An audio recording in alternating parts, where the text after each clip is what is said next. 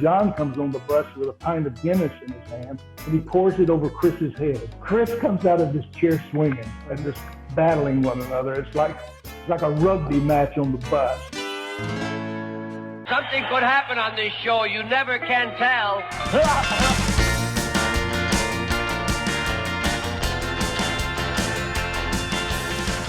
Hi, everybody. This is Pam from The Rock and Roll Show. I'm here with Joe Farina, my Director of Communications and Marketing for the Dick Biondi film, and my partner in crime on The Rock and Roll Show. Hey, Joe, how are you doing? Good, Pam. Great to see you. Great to be with you. Great to be with everybody. Before we introduce our incredible special guest for our show today, please check out our Facebook page for the Dick Biondi film Facebook group. We've got we've got about 1,200 members on our Facebook group. Great. And it's growing and growing each and every day. Check out our YouTube channel, Dick Biondi Film YouTube channel. And also be sure to check out dickbiondyfilm.com to learn more about the film and to see how you can potentially make a donation to help complete the post-production process. I'm excited about today's guest. I've been a fan of his music for a very long time, thanks to Mr. Dick Biondi playing his music. World-renowned singer, songwriter, musician, and we're just honored and thrilled to have him on our show. Ladies and gentlemen, please welcome Mr. Tommy Rowe. Tommy, how are you, buddy?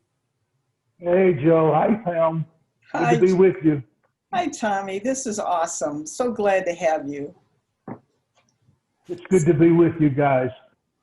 Oh, thank you so much. Before we get into our interview and talk about your illustrious career, how have you and your family been doing, and how have you guys been holding up during this pandemic?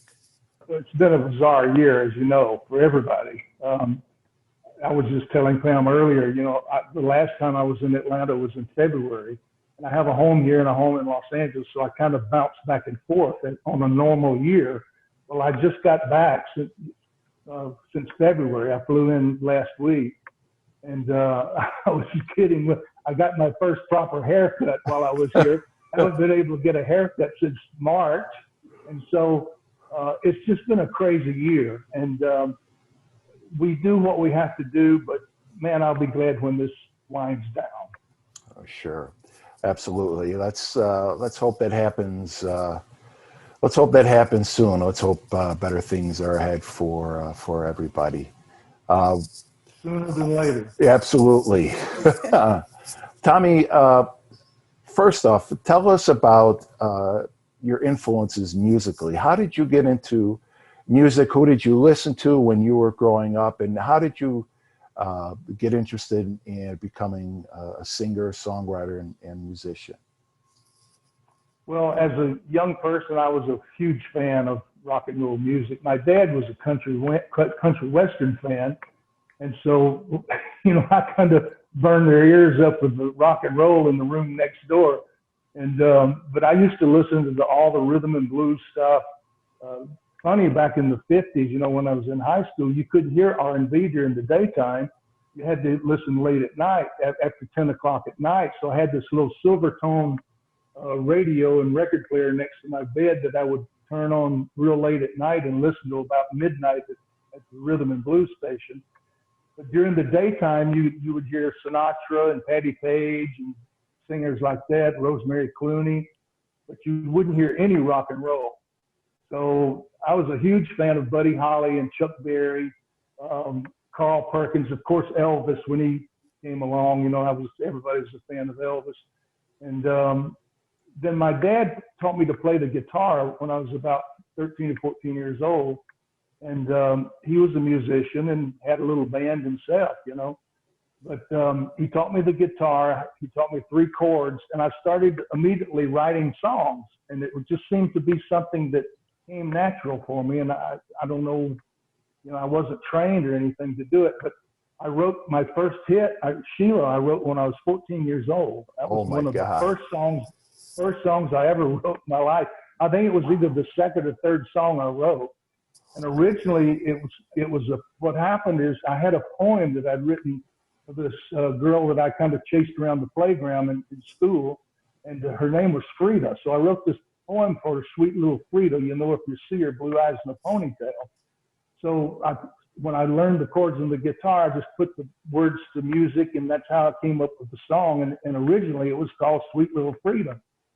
So I met this record producer later on, a few years later, and he wanted to hear my songs. I sang Frida for him.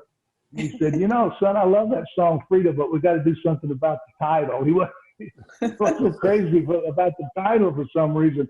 Maybe he had an old girlfriend named Frida. Who knows what the story behind that was. But we changed it to Sheila, and as we like to say, when there's nothing left to say, the rest is history. You know, my first gold record, my first hit, 1962. That is amazing. I mean, really. And I looked at a list of your songs. You are amazing. You're so prolific. I had no idea you had written that many songs.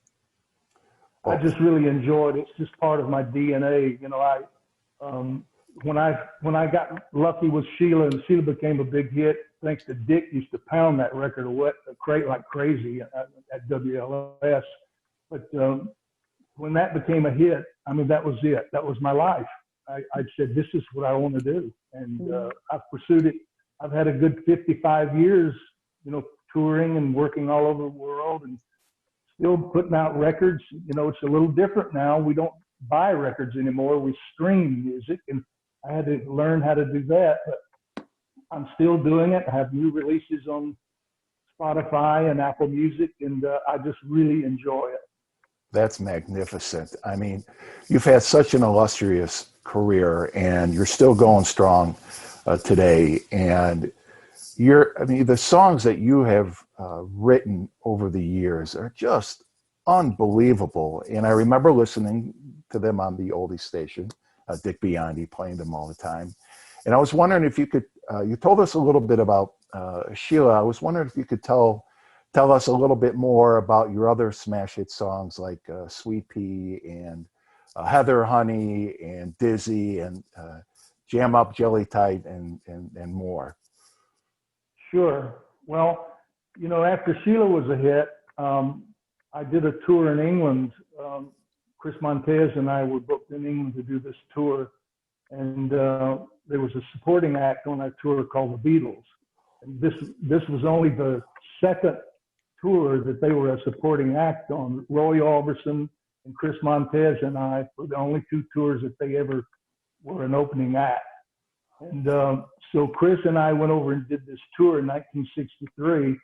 And when I came back from the tour, they had worked out a thing with my manager. Brian Epstein was trying to manage me for Europe and England. And he was talking to my manager about doing a team kind of thing. And he had no idea what was about to happen to the Beatles, you know. But between my manager and the agent that booked me in England, that's how they lined up the Ed Sullivan Show.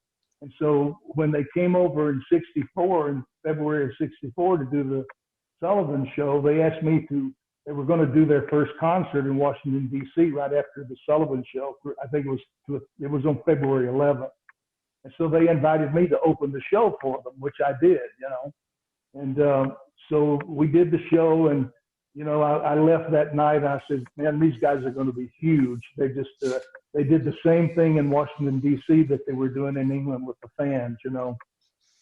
So right after that show in the spring of 64, I had joined the Army Reserve, and I went into boot camp. So the rest of the year, 1964, I was kind of out of commission. I was in the Army doing my basic training. And then when I got out of the service, well, while I was in the service, the British invasion started. And you had after the Beatles, you had Jerry and the Pacemakers, you had Dave Clark 5, you had all these acts coming over, and they were pushing the American acts off the Billboard charts, and they were kind of taking over the charts, you know. So while I'm in the Army, I'm in my foxhole, I'm thinking, you know, when I get out of here, I've got to go in the studio, and what am I going to do to compete with these guys, you know? they're making great records. So I came up with the idea to, I called it soft rock. It was kind of ahead of real soft rock in the 70s, but that's what I call it. I'm going to write something that's like not heavy. It's not, I can't play the music like the Beatles, the British sound. So I'm going to write songs that are, I call them soft rock. So I wrote Sweet Pea while I was in the Army. And when I got out of the Army, I went out to Los Angeles, recorded Sweet Pea, and we released it, and it became a huge hit. So there I was back in the charts. I think Sweet Pea got to #3 in the Billboard charts. It was top 5 in the Billboard charts, and another gold record for me. And so I was on my way again. I was out of the Army. I had to do my reserve for 7 years. You know, I didn't get out of the Army Reserves until 1970. But I would do that. I'd go once a month. I'd cut my hair short, and then I'd grow it long and cut it short and grow it long. So I could do my Army thing. So Sweet Pea was a hit, and I followed it up with Hooray for Hazel. That was another hit for me. And so, and then I had a little dry spell. I released a song called It's Now Winter's Day, which is one of my favorite songs that I've written. And it was kind of a Christmassy song. In fact, it was originally entitled It's Now Christmas Day, and we changed it to It's Now Winter's Day. And so we released it. It did quite well, but it turned out to be a very warm winter, so it just never really caught on. And so after Winter's Day, I decided I'm going to get back on the bubblegum train. You know, that's what was happening with Sweet Pea and Hooray for Hazel. So I teamed up with Steve Barry out in Los Angeles, the producer, and that's when we cut Busy. And then boom, that was a huge record. That was #1 for 4 weeks in Billboard. And I was back in the charts again after about 2-year dry spell. So the bubblegum thing is what kept me going. And, you know, when they first started calling my music bubblegum, I kind of resented it. It was kind of a slap by the DJs because it was like, it's fun music, you know, it's happy music. I mean, it puts a smile on your face, you know? So I resented it first, and then I said, you know, I can't do that. I'm just going to embrace this and run with it because it's working for me. And ever since then, I have, and the bubblegum thing has been very successful for me. And if you think about it, the early Beatles songs, Love Me Do, Please Please Me, and I Want to Hold Your Hand, those are really the blueprints for bubblegum music. Oh, yeah. Because, I mean, what's the difference in that message than, oh, Sweet Pea, come on and dance with me, you know? That's true. And you know what? There's a simplicity to that music that is just timeless, and we loved it. So, yeah, it's you were onto something. It's fun music. Yeah. Absolutely. It's very, very fun, and people can really enjoy it and connect with it. And it seems like those songs, you know, they just stay with you, and, you know, in a good way. And I mean, you've had such an amazing career. And when I listen to your records, you know, I always, the sound sonically to my ears, it's just amazing. Did you produce those records as well, or what producer did you work with for your? Well, I worked with 3 different producers. My first producer was Felton Jarvis. He produced Sheila. We cut that in Nashville, and we cut Everybody, which was the follow-up to Sheila, which was another big hit of mine in Muscle Shoals. That was the second hit cut in Muscle Shoals after Arthur Alexander's You Better Move On. And then, you know, Felton went on to produce Elvis at the end of Elvis's career. He produced all of his last 3 or 4 albums. And so Felton decided he would leave Atlanta and go to Nashville. Felton was a huge Elvis Presley fan. His whole idea was he's got to meet Elvis, you know. So he went and got a job at RCA. Chet Atkins hired him at RCA. Next thing you know, he meets Elvis, and he becomes one of Elvis's best friends, and he starts producing his records. So I've always surrounded myself with very talented producers. And after Felton, I hooked up with Steve Clark.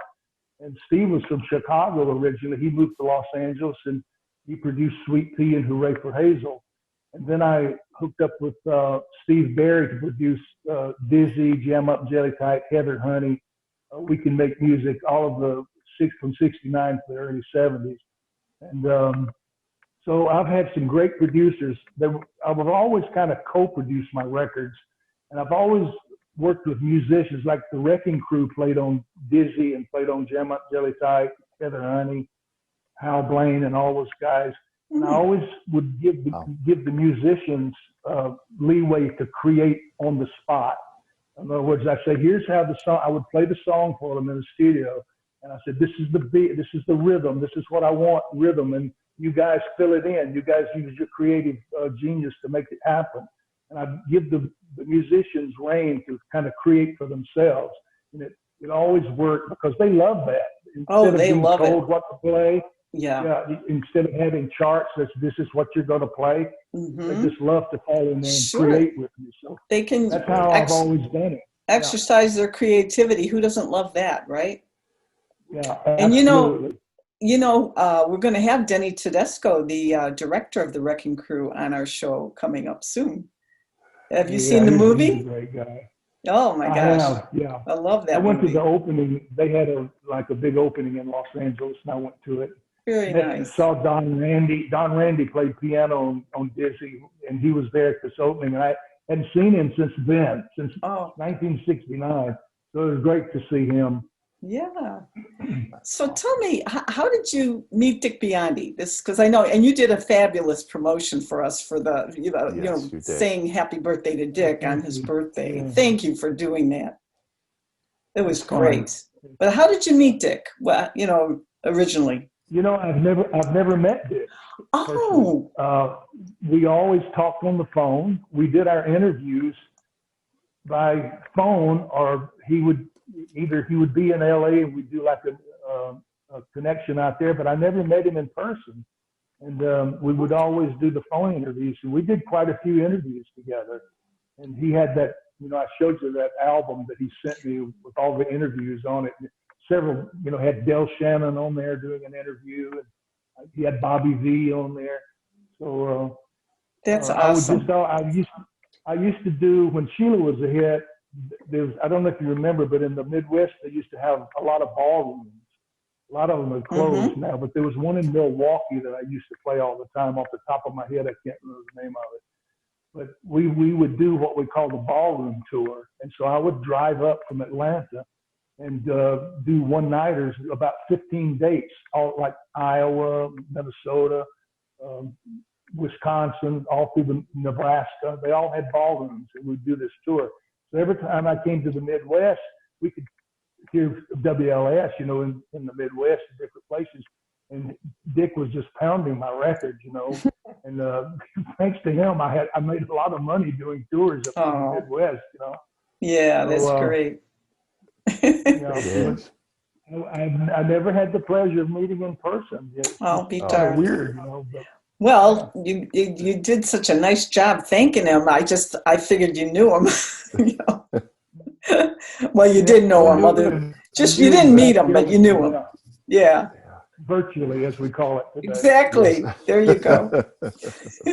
Oh my gosh! What?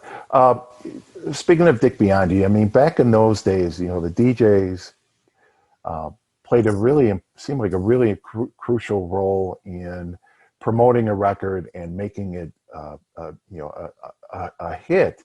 And I was just wondering if you could just tell us a little bit more about that, and how important that was for you personally to have these DJs playing your records, having for you to have their support, and also just getting your name and music out there, because it's definitely much different than it is today, of course. But totally different. Back then, if a DJ played your record like Dick Biondi, odds are it was going to be a smash hit. Oh, absolutely. And, as a songwriter, that's another thing that what I would look to do as a songwriter, the first person I would have to sell is the DJ. And one thing that you had to do back then, you had to keep your song under 3 minutes. If you got over 3 minutes, they wouldn't play it. So most of my songs, if you look at them, like everybody is less than 2 minutes. I think it's 1:59. And Sheila is just over 2 minutes. And so the whole idea was to tell a story in a very short frame of reference, and try to get the DJ interested. I remember my manager used to say, Tommy, write them something that they'll come out of the news with. And I said, what do you mean? He says, well, they like to come out of the news with a bang up song, something that's really energetic. So I always kept that in the back of my head as well. Like I would always try to have an intro that would be very catchy and something that they want to come out of the news with, so to speak. So first thing was to sell the DJs. Once you sold the DJ, once you got him interested in your song, and of course we had promotion men back then who was another big part of the record business. You had like superstar promotion people, and they could go in and they had relationships with disc jockeys. And they would go in and promote your song and promote your record. And if they could ever get the DJ to play it, then you would come up and you would do sock hops for promote the record, promote it. So it was a whole pattern of things that you had to do. And once the DJ was sold on your record, then the audience, then you had the audience really, that was the next thing you had to sell. And you just hoped you had it in the groove, that by the time they started playing it, you were hoping, man, I hope that record's in the groove, Well, who are some of the other artists who've performed your songs? I mean, there's so many, I know, but can you just name a few? Well, Sheila's been recorded by a lot of people. Beatles, actually, there's a record out before the Beatles covered Sheila. Oh, and wow. I never will forget when I first, we did a rehearsal in England when I first met the Beatles. And one of the first things John did, he came over with his guitar, his Gibson guitar, and he said, we're doing your song, we're covering your song in our act. We've been doing it in Germany in the Star Club. He said, but I think we're playing it wrong. And I said, well, how are you doing it? He started playing on the guitar, and sure enough, he had the chords backwards. Oh, for playing heaven's my God. A-D-E, and the song went A-E-D. So I said, I chuckled. I said, here, let me have the guitar. I said, it's, A-E-D-E-A-D-E, A-D-E. And he said, I knew it. I knew we were playing it wrong. So when you hear that recording from the Star Club of Sheila, you can hear they're just all over the place with the chords. It's not quite there, but it's very raw kind of thing. That's cool. Sheila was recorded, Sweet Pea was recorded by the Ventures. Sweet Pea is one of the most sampled records in hip hop. If you go to the internet, you can look up songs that are sampled. Sweet Pea has been sampled 70-something times. Oh my gosh, I didn't know that. Oh my God. So you can hear in all these hip hop records, you'll hear those drums, boom, cha, boom, cha, cha, boom, cha, boom, cha, cha. Hip hop loved that rhythm. Oh yeah, I see. So that was a big sampling thing for them. But Dizzy has been recorded by a lot of different people. Off the top of my head, I can't remember exactly who, but it's been cut by a lot of people.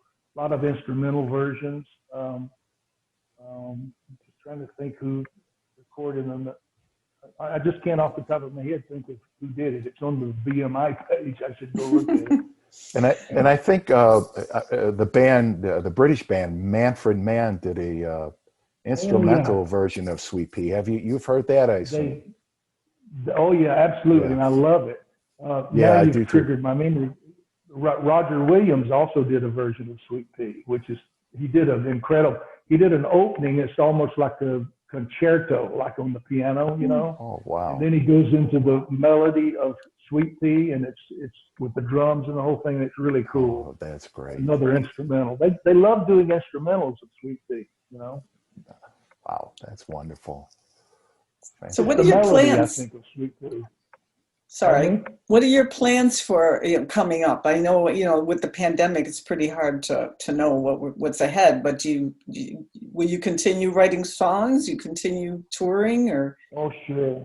Yeah, sure. I just put out a new single this past week. It's on Spotify and Apple Music. They're on all, I put them out on all the streaming platforms. And it's called LA, I Belong to You. It's a song I wrote a few years ago, but just recently recorded. And I have another single out called Aggravation, which is a recut of the song that I had out in the mid-'60s. And so what I'm doing is I'm going back to my catalog and I'm revisiting some of the songs that were on my albums, and I'm re-recording them. And that's a lot of fun. And it's also exciting to kind of rewrite them for today. You know, the lyrics back then sometimes won't work for today. And so you just kind of rejigger it and do it a different way. And it's a lot of fun for me to do that. But I'll continue doing that, recording. I've learned how to do it over the internet now, where I can be in California and the band I did the last session I did was, the band was in Nashville and I was in Los Angeles, and we communicated by Skype. And it was just like being in the studio behind the glass, but, you know, with 2,000 miles away from each other. And I'm directing the musicians, you know, how to play the song and kind of humming it over the Skype for them That's to hear. great. You know? Yeah. And, they do the track, and then the engineer sends me the multi-track, and I have a studio in LA. I have a studio here as well. And then I'll put my vocal on and background vocals, whatever I want to do in my own studio, and mix it down. So I love doing, that's fun for me. I mean, I love doing it, whether they're hits or not, you know, but if people hear them and they like them, that's cool. So that's awesome. I just enjoy I mean, you're just still being creative. That's the best. Yeah, I can't. And we had a concert planned, supposed to start next month. It's called Caravan of Stars. It's working off of Dick Clark's old Caravan of Stars, which I used to do a lot of Dick Clark tours, and he called it the Caravan of Stars. Mm-hmm. And we were supposed to start this November. Now that's been postponed. We're going to try to do it, who knows when, but we're going to try to do it in the spring. They're setting it up for the spring and summer of next year now. So concert thing has just been, you know, killed, totally dead. Yeah. So that sounds exciting. It does sound exciting. And who's on the bill with you for the Caravan? Brian Hyland, and the lead singer of the group from Chicago. He's on his own now. Peter Cetera? Oh, Dennis Stefano? Dennis Stefano. Oh, from the Buckinghams. Oh, sure. Oh, from Dennis. The Buckinghams. Yeah. Yes. Yeah. Dennis Stefano, Brian Hyland, and then the lead singer of the Chiffons. Oh, how fun. We all clicked together, you know, from that era, and it's a lot of fun to work with them. So I hope that materializes. It's all set to go. It's just a matter of when we can do it, you know. Yeah. Do you want to tell everybody where they can get in touch with you or see what's going on in your life? And yes, of course. TommyRowe.com is a good starting point. That gets you to my Facebook page. We have little icons where it'll take you to Facebook and all the other pages. But TommyRowe.com, and then my Facebook page. The website is really has all the information you need. Great. What I'm doing and what's coming up. We make sure it's all updated. You know. Sure. Good. Okay. Fantastic. I had some things to show you. I Oh, forgot wow. to Good. bring it up, but Sure. I wanted to show you. We were talking about the Beatles, you know, and here's wow. one of the posters from the tour. Wow. So you see the Beatles are way down at the bottom of the bill. Oh, Yes. man. Who would ever think? What an amazing I bill. thought you'd get a kick out of that. Oh, Yeah. my God, that is so cool. I have a couple more things to show you. This is I took a picture of John Lennon backstage. It was like he did a scary thing. We were backstage in the dark, and I took it on a Brownie. You remember Brownie cameras? Oh, yeah. Of course, we didn't have cell phone cameras back then. So I took a little Brownie picture, and I took the picture and I've enhanced it and made it look like a painting and colorized it. So this is John Lennon backstage in Liverpool. Wow. I just tried to make it look like a painting, you know. It seems like out of all the Beatles that you met, then maybe that you and John had kind of a really close connection, or you guys connected somehow. You hit it right on the head. We were pub buddies. I mean, he got me drinking Guinness, you know. He was a big Guinness drinker.